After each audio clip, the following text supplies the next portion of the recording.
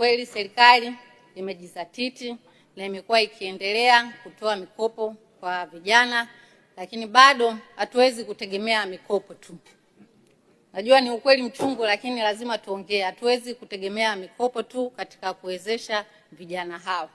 Mikopo hii ili kijana aweze kunufaika katika kibiashara, ili kijana aweze kuwa na consistency katika biashara, ili kijana aweze kutanuka zaidi katika biashara, lazima tuwe na mfumo jumuishi wa ujasiriamali kwa vijana wetu wa taifa hili la Tanzania.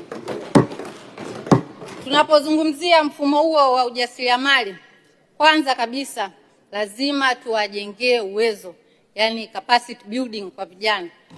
Serikali inajikita zaidi katika kutoa mikopo ambayo kweli imekuwa ikitusaidia, lakini lazima tuwajengee uwezo vijana hawa ili waweze kupata elimu au mwanzo mzuri wa kuweza kuitumia mikopo hiyo.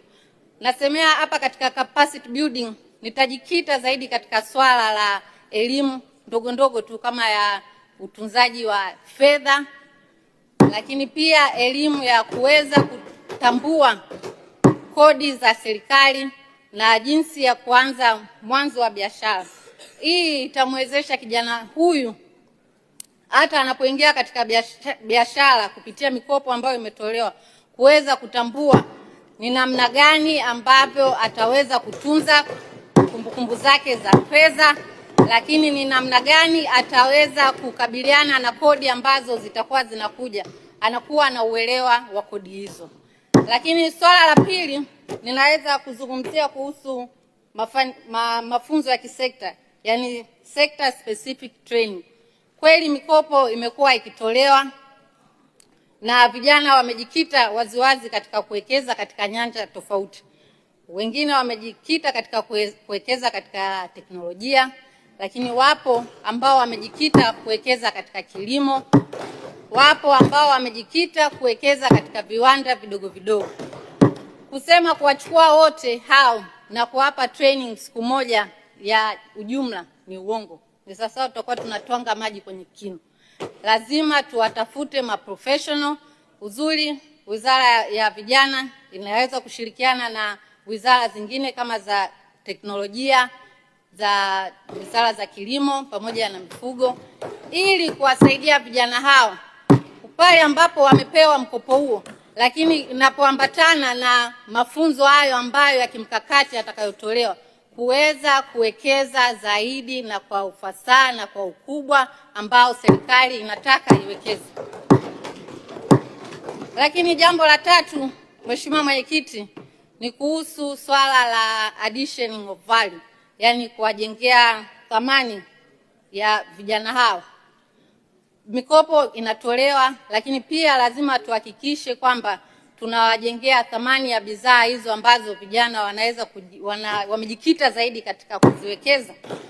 Na bidhaa hizi lazima ziambatane na soko la ushindani ambalo lipo kitaifa na kimataifa.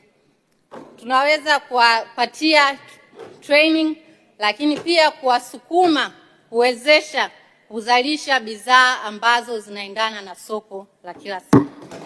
Tusije tukawa tunatoa mikopo, lakini mwisho wa siku mikopo hiyo vijana wana produce product ambazo ni za hapa tu, yani haziendi sehemu yoyote, hazina ukuaji. Kwa lazima tufuatilie na lazima tu intensify hii kwa ajili ya kusaidia kumpatia kipato kijana huyu. Lakini swala jingine ni kuhusu upatikanaji wa masoko. Ni kweli serikali imejikita katika kuendelea kutoa mikopo hiyo, lakini je, mmewatafutia soko vijana au ndio tunatoa mikopo na tunawaacha tu waendelee hang tu? Kwa swala hili lazima tuwatafutie masoko ya kimataifa na ya kitaifa pia. Cha kwanza utamjengea uwezo kijana huyo, lakini jambo la pili utamsaidia kwanza yeye mwenyewe aweze kuongeza kipato. Ni comfort ambayo anaipata kwamba pale ambapo anapata mkopo lakini serikali inamtafutia soko la kuweza kuuza bidhaa hiyo ambayo ameweza kuizalisha kupitia mkopo huu. Kwa hiyo hapo naomba Mheshimiwa Waziri niendelee kukushauri, lakini jambo la mwisho ambalo naweza nikashauri zaidi ni kuhusu kuanzisha maonyesho ya vijana, yani Youth Expo.